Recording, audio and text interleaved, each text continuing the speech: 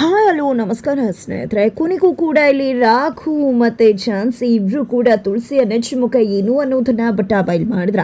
ಅದ ಕಡೆ ಝಾನ್ಸಿಯ ಅಮ್ಮನ ಎಂಟ್ರಿ ಆಗ್ತದೆ. ಹಾಗಿದ್ರೆ ಏನಾಯ್ತು, ಏನು ಕತೆ? ಈ ಕಡೆ ಝಾನ್ಸಿ ಸಿಡಿದೆತ್ತು ಕಪಾಳಕ್ಕೆ ಬಾರಿಸಿದ್ಯಾರ್ಗೆ, ಇದೆಲ್ಲವನ್ನ ಕೂಡ ತಿಳ್ಕೋಬೇಕು ಅಂದರೆ ಈಗಲೇ ನಮ್ಮ ಈ ಚಾನಲ್ನ ಸಬ್ಸ್ಕ್ರೈಬ್ ಮಾಡಿ, ಹಾಗೆ ಒಂದು ವಿಡಿಯೋವನ್ನು ಪೂರ್ತಿಯಾಗಿ ನೋಡೋದನ್ನು ಯಾವುದೇ ಕಾರಣಕ್ಕೂ ಕೂಡ ಮರಿಬೇಡಿ. ಇಲ್ಲಿ ಪ್ರಣವ್ ಅಂದರೆ ತುಳಸಿ ಅವರ ಮಗ ಪ್ರಣವ್ ರಾಘುನ ಟಾರ್ಗೆಟ್ ಮಾಡ್ತಾರೆ. ರಾಘು ಇದ್ರೆ ತಾನೇ ಝಾನ್ಸಿ ತಮ್ಮ ಕಪ್ಪೆ ಮುಷ್ಟಿಯಿಂದ ಹೋಗೋದು. ರಾಘುನೇ ಸತ್ತು ಹೋಗ್ಬಿಟ್ರೆ ಝಾನ್ಸಿ ಆರಾಮಾಗಿ ನಮ್ಮ ತೆಕ್ಕೆಗೆ ಬರ್ತಾರೆ ಅಂತ ಯೋಚನೆ ಮಾಡಿದಂತ ಪ್ರಣವ್ ರಾಘುನ ಅಟ್ಯಾಕ್ ಮಾಡಿಸೋಕೆ ಮುಂದಾಗ್ತಾರೆ. ರಾಘು ಹೋಗ್ಬೇಕಾಗಿರೋ ಕಾರ್ನ ಬ್ರೇಕ್ ಫೇಲ್ಯೂರ್ ಅನ್ನ ಮಾಡಿಸೋಕೆ ಮುಂದಾಗ್ತಾರೆ. ಬಟ್ ಅದು ಎಡ್ವರ್ಟ್ ಆಗಿದ್ದ ರಾಘು ಕಾರ್ಗೆ ಬದಲಾಗಿ ತುಳಸಿ ಅವರ ಕಾರ್ ಬ್ರೇಕ್ ಫೇಲ್ಯೂರ್ ಆಗತ್ತ. ಹಾಗಾಗಿ ತುಳಸಿ ಅವರು ಹೋಗ್ಬೇಕಾದ್ರೆ ಝಾನ್ಸಿಯನ್ನ ಕೂಡ ಹಾಸ್ಪಿಟಲ್ಗೆ ಹೋಗೋಣ ಅಂತ ಹೇಳಿ ಅವ್ರದೇ ಕಾರಲ್ಲಿ ಕರ್ಕೊಂಡು ಹೋಗಿರ್ತಾರೆ. ಬ್ರೇಕ್ ಫೇಲ್ಯೂರ್ ಆಗಿರೋದ್ರಿಂದ ಇನ್ನೇನು ತುಳಸಿಯ ಹಾಗೆ ಝಾನ್ಸಿ ಅಲ್ಲೇ ಸಾಯ್ಬೇಕಾಗಿರುತ್ತೆ. ಬಟ್ ಅಂತ ಟೈಮಲ್ಲಿ ಮಾಸ್ಕ್ ವೇಷವನ್ನ ಹಾಕೊಂಡಂತಹ ರಾಘು ಇಲ್ಲಿ ಝಾನ್ಸಿಯ ಬದುಕಲ್ಲಿ ಮತ್ತೆ ಎಂಟ್ರಿ ಕೊಟ್ಟದ್ದೆ ಆಪದ್ ಬಾಂಧವನಾಗಿ ಬಂದು ಅವರಿಬ್ಬರನ್ನ ಕೂಡ ಸೇಫ್ ಮಾಡ್ತಾರೆ. ಇದರ ನಡುವೆ ರಾಘುನೇ ಇದನ್ನೆಲ್ಲ ಮಾಡಿರುವುದು ಅನ್ನೋ ವಿಷಯ ಯಾರಿಗೂ ಕೂಡ ಗೊತ್ತಾಗುತ್ತಿಲ್ಲ. ಈ ಕಡೆ ಝಾನ್ಸಿ ಯಾವುದೋ ಮಾಸ್ಕ್ ಮ್ಯಾನ್ ನನ್ನ ಹಿಂದೆನೆ ಇದ್ದಾನೆ, ಅವನೇ ಪ್ರತಿ ಬಾರಿ ಬಂದು ನನ್ನ ಕಾಪಾಡ್ತಿದ್ದಾನೆ ಅಂತ ಹೇಳಿ ಆತನ ಮೇಲೆ ಇಲ್ಲಿ ಝಾನ್ಸಿಗೆ ಮನಸ್ಸಾಗ್ತದೆ. ಇದರ ನಡುವೆ ರಾಯ್ಗೆ ಇದನ್ನೆಲ್ಲ ಮಾಡಿರೋದು ರಾಘುನೇ ಅಂತ ಹೇಳಿ ಗೊತ್ತಾಗ್ಬಿಡತ್ತ. ಆದ್ರೆ ಇಲ್ಲಿ ರಾಘು ಮಾತ್ರ ತನ್ನ ಹೆಂಡತಿಗೆ ಈ ರೀತಿ ಮಾಡಿಸಿದ್ಯಾರು ಅನ್ನೋ ವಿಷಯವನ್ನ ತಿಳ್ಕೋಬೇಕು ಅಂತ ಮುಂದಾಗ್ತಾರೆ. ಯಾಕಂದ್ರೆ ಇದು ಬ್ರೇಕ್ ಫೇಲ್ಯೂರ್ ಆಗಿರೋದು ಸಾಮಾನ್ಯವಾಗಲ್ಲ ಅಂತ ಹೇಳಿ ರಾಘುಗೆ ಅನ್ಸೋಕೆ ಶುರುವಾಗಿದೆ. ಯಾಕಂದ್ರೆ ಈಗ ತಾನೇ ಸರ್ವಿಸ್ ಆಗಿತ್ತು, ಜೊತೆಗೆ ಆಯಿಲ್ ಕೂಡ ಬಿದ್ದಿತ್ತು, ಅಲ್ಲೇ ಯಾವುದೋ ಮೆಕ್ಯಾನಿಕ್ ಕೂಡ ಇದ್ದ. ಇದನ್ನೆಲ್ಲ ನೋಡಿದ್ರೆ ಪ್ರೀ ಪ್ಲಾನ್ ಅಂತ ಅನ್ನಿಸ್ತದೆ ಅಂತ ಹೇಳಿ ರಾಘುಗೆ ಅನುಮಾನ ಬರುತ್ತೆ. ಹಾಗಾಗಿ ಆ ವ್ಯಕ್ತಿಯನ್ನ ಹುಡುಕೊಂಡು ಗ್ಯಾರೇಜ್ಗೆ ಹೋಗ್ತಾರೆ. ಗ್ಯಾರೇಜ್ಗೆ ಹೋಗ್ತಿದ್ದಾಗೆ ವ್ಯಕ್ತಿಯ ಬಾಯಿಂದ ಪ್ರಣವನು ಹೆಸರನ್ನ ತೆಗ್ಸೇ ಬಿಡ್ತಾರೆ ರಾಘು. ಕೊನೆಗೂ ಪ್ರಣವೇ ಡೀಲ್ ಕೊಟ್ಟು ಝಾನ್ಸಿ ಕಥೆಯನ್ನ ರಾಘು ಕಥೆಯನ್ನ ಮುಗಿಸೋಕೆ ಹೋಗಿ ಝಾನ್ಸಿ ಕಥೆಯನ್ನ ಮುಗಿಸೋಕೆ ಮುಂದಾಗಿದ್ದು ಅನ್ನೋ ವಿಷಯ ಇಲ್ಲಿ ರಾಘುಗೆ ಗೊತ್ತಾಗ್ಬಿಡತ್ತೆ.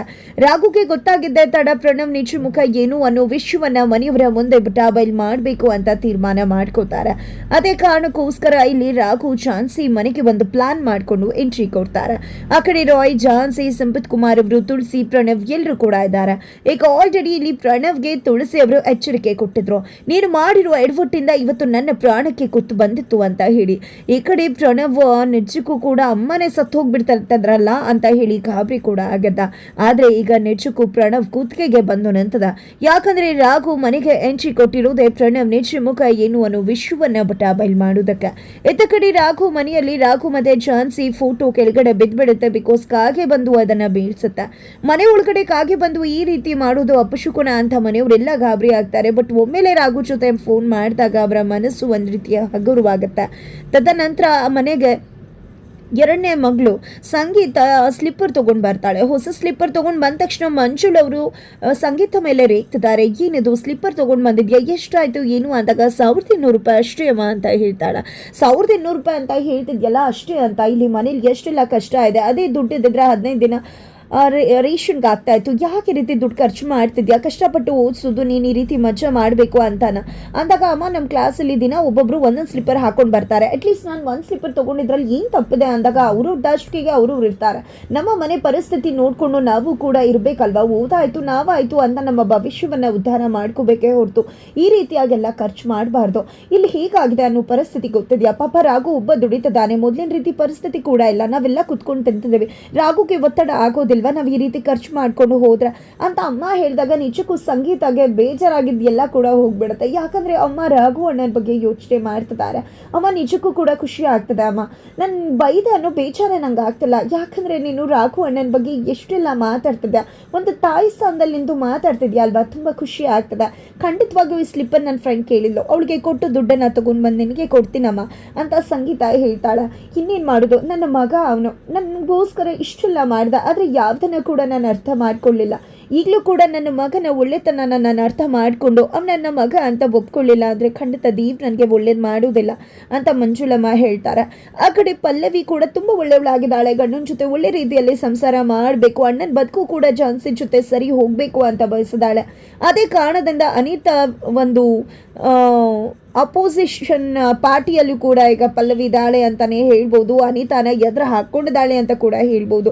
ಹಾಗಾಗಿ ಇಲ್ಲಿ ಪಲ್ಲವಿ ಅನಿತಾ ಕುತಂತ್ರಕ್ಕೆ ಬಲಿಪಶು ಆಗಬೇಕಾಗಿದೆ. ಗಂಡ ಹೆಂಡತಿ ಒಂದಾಗೋದಕ್ಕೆ ಇಲ್ಲಿ ಅನಿತಾ ಬಿಡ್ತಾ ಇಲ್ಲ. ಜೊತೆಗೆ ಇಲ್ಲಿ ತಾನು ತುಂಬಾ ಬದಲಾಗಿದ್ದೀನಿ ಅನ್ನೋ ರೀತಿಯಲ್ಲಿ ಮನೆಯವ್ರು ಎಲ್ಲರ ಮುಂದೆ ಪೋರ್ಟ್ರೇ ಮಾಡ್ತಿದ್ದಾಳೆ. ಬಟ್ ಪಲ್ಲವಿ ಹಿಂದೆ ಮಾತ್ರ ಸಖತ್ತಾಗಿ ಟಕ್ಕರ್ ಕೊಟ್ಟು ಕಾಟ ಕೊಡ್ತಿದ್ದಾಳೆ.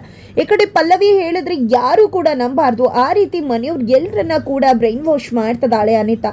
ಇಲ್ಲಿ ಪಲ್ಲವಿ ಜೊತೆ ತುಂಬ ಚೆನ್ನಾಗಿರೋ ಹಾಗೆ ನಾಟಕ ಮಾಡೋದು, ಪಲ್ಲವಿಗೆ ಕೆಲಸದಲ್ಲಿ ಹೆಲ್ಪ್ ಮಾಡೋ ಹಾಗೆ ಮಾಡೋದು. ಬಟ್ ಅದನ್ನೆಲ್ಲ ಅಣ್ಣ ಅಮ್ಮ ನೋಡಬೇಕು ಅನ್ನೋ ಕಾರಣಕ್ಕೆ ಅದನ್ನೆಲ್ಲ ಮಾಡ್ತಿದ್ದಾಳೆ. ಪಾಪ ಪಲ್ಲವಿಗೆ ಅದು ಕೂಡ ಗೊತ್ತಾಗಲ್ಲ, ನಿಜವಾಗ್ಲೂ ಬದಲಾಗಿದ್ದಾಳೆ ಅನ್ಕೋತಾಳೆ. ಬಟ್ ಯಾವಾಗ ಅಮ್ಮ ಮತ್ತು ಗಂಡ ಬಂದು ಅನಿತಾ ತುಂಬ ಬದಲಾಗಿದ್ದಾಳೆ, ಸ್ವಲ್ಪ ಟೈಮ್ ತಗೊಂಡ್ಲು ಅಷ್ಟೇ. ಕೆಲವೊಂದು ಮಕ್ಕಳು ಹಾಗೆ ಬೇಗ ಬದಲಾಗ್ತಾರೆ, ಕೆಲವೊಬ್ರು ಲೇಟಾಗಿ ಅರ್ಥ ಮಾಡ್ಕೊಂಡು ಬದಲಾಗ್ತಾರೆ. ನಮ್ಮ ಮನೆ ಹುಡುಗಿ ಲೇಟಾಗಿ ಅರ್ಥ ಮಾಡ್ಕೊಂಡು ಬದಲಾಗೋದು, ಖಂಡಿತ ಅವಳು ಬದಲಾಗಿದ್ದೆ ಖುಷಿ ಅಂತ ಹೇಳ್ತಿದ್ದಾರೆ. ಇದನ್ನೆಲ್ಲ ಕೇಳಿಸ್ಕೊಂಡ್ಮೇಲೆ ಪಲ್ಲವಿ ಗೊತ್ತಾಗಿದೆ ಖಂಡಿತ ಈಕೆ ಮಾಡ್ತಿರೋದು ಡ್ರಾಮಾ ಅಂತಕ್ಕಂಥದ್ದು. ಇತ್ತ ಕಡೆ ರಾಘು ಮನೆಗೆ ಬಂದದ.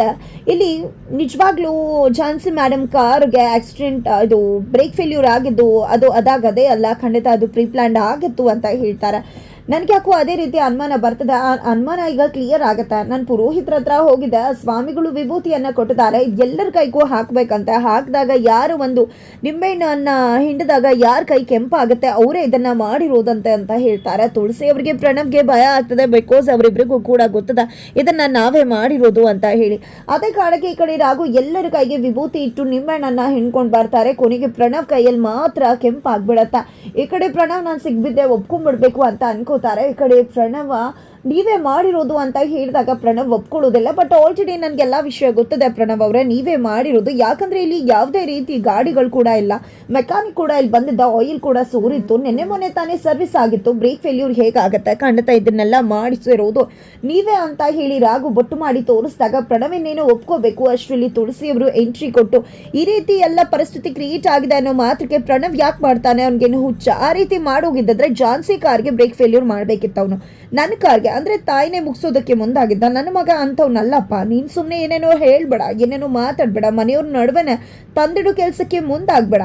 ಹೌದು, ಈ ರೀತಿಯಾಗಿ ವಿಭೂತಿಯಿಂದಾನೇ ಎಲ್ಲ ಕಳ್ಳರನ್ನ ಕಂಡಿಡಿಯೋಗಿದ್ದರೆ ಪೊಲೀಸ್ ಅವ್ರಿಗೆ ಯಾಕೆ ಕಷ್ಟಪಡಬೇಕಾಗಿತ್ತು, ಹೋಗ್ಬಿಟ್ಟು ಪೊಲೀಸ್ ಅವ್ರಿಗೆ ಕೊಟ್ಬಿಡು ವಿಭೂತಿನ, ಎಲ್ಲ ಕಳ್ಳರನ್ನ ಕಂಡಿಡ್ಕೊಂಡು ಬಂದ್ಬಿಡ್ಲಿ. ನಿನ್ನ ಮಾತನ್ನ ಯಾರು ನಂಬ್ಕೋತಾರೆ, ಅದು ಯಾವ ಒಂದು ಬೂದಿ ಕೊಡಿಲಿ ಅಂತ ಹೇಳಿ ಅದನ್ನು ತಗೋತಾರೆ. ಆ ವಿಭೂತಿಯನ್ನು ತಗೊಂಡಿದ್ದೆ, ಅಲ್ಲಿ 2 ಥರ ವಿಭೂತಿ ಇರುತ್ತೆ, ನೋಡಿದ್ರೆ ಇಲ್ಲಿ ಇವನ ಮುಖವಾಡ ರಿವೀಲ್ ಮಾಡ್ತೀನಿ ನಾನು ಅಂತ ಹೇಳಿ ಒಂದು ವಿಭೂತಿಯನ್ನು ಕೂಡ ಸಂಪತ್ ಕುಮಾರ್ ಅವರ 2 ಕೈಗೆ ಹಾಕ್ತಾರೆ. ಒಂದು ಕೈಗೆ ನಿಂಬೆಹಣ್ಣು ಹಿಂಡ್ತಾರೆ, ಹಾಗೆ ಇರುತ್ತೆ, ಇನ್ನೊಂದು ಕೈಗೆ ಹಿಂಡಿದಾಗ ಕೆಂಪಾಗುತ್ತೆ. ನೋಡಿದ್ರೆ ಇದನ್ನೇ ಟ್ಯಾಕ್ಟಿಕ್ಸ್ ಇವನು ಬಳಸಿದ್ದು, ನಮ್ಮ ನಡುವೆನೆ ತಂದಿಡಬೇಕು ಅನ್ನೋ ಕಾರಣಕ್ಕೆ ಈ ರೀತಿಯಾಗಿ ಇವನು ಮಾಡಿದ್ದಾನೆ ಅಂತ ಹೇಳಿ ತುಳಸಿ ಅವರು ರಿವೀಲ್ ಮಾಡ್ತಾರೆ. ನಂತರ ಇಲ್ಲಿ ಚಾನ್ಸಿ ರಾಘು ಕಪ್ಪಾಳಕ್ಕೆ ಬಾರಿಸಿದ್ದೆ, ಇನ್ನು ಮುಂದೆ ನನ್ನ ಕಣ್ಮುಂದೆ ಕಾಣಿಸ್ಕೋಬೇಡ ಅಂತ ಮನೆಯಿಂದ ಹೊರಗಡೆ ದಬ್ತಾರೆ.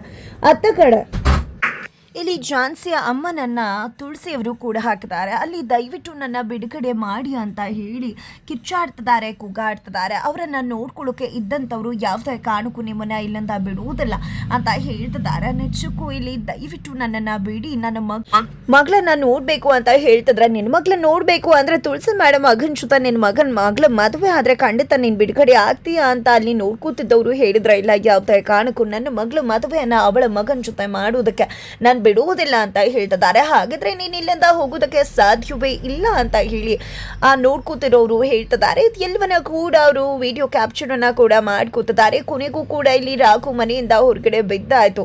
ಎತ್ತ ಕಡೆ ಝಾನ್ಸಿ ತನ್ನ ಪ್ರೀತಿ ಮಾಡೋ ಗಂಡನ ಮನೆಯಿಂದ ಹೊರಗಡೆ ಹಾಕಿದ್ದಾಳೆ. ಹಾಗಿದ್ರೆ ಅತ್ತ ಕಡೆ ಝಾನ್ಸಿಯ ಅಮ್ಮನ ಒಂದು ಕಾತರಿಕೆ, ಮಗಳನ್ನ ನೋಡ್ಬೇಕು ಅನ್ನೋ ಒಂದು ಕಾತರಿಕೆ ಅಲ್ಲಿಂದ ತಪ್ಪಿಸ್ಕೊಂಡು ಹೋಗುವ ಹಾಗೆ ಮಾಡಿದ ರಾಘು ಕೈಗೆ ಸಿಕ್ಕಿ ಬೀಳ್ತಾರೆ. ಅವರ ಮನೆಗೆ ಕರ್ಕೊಂಡು ಹೋಗ್ತಾರೆ ರಾಘು. ಕೊನೆಗೂ ಝಾನ್ಸಿಯ ಮನೆಗೆ ಎಂಟ್ರಿ ಕೊಡಿಸ್ತಾರೆ ಆಕೆಯ ತಾಯಿಯನ್ನ ಅನ್ನೋದನ್ನ ಕಾದು ನೋಡ್ಬೇಕಾಗ್ತದೆ.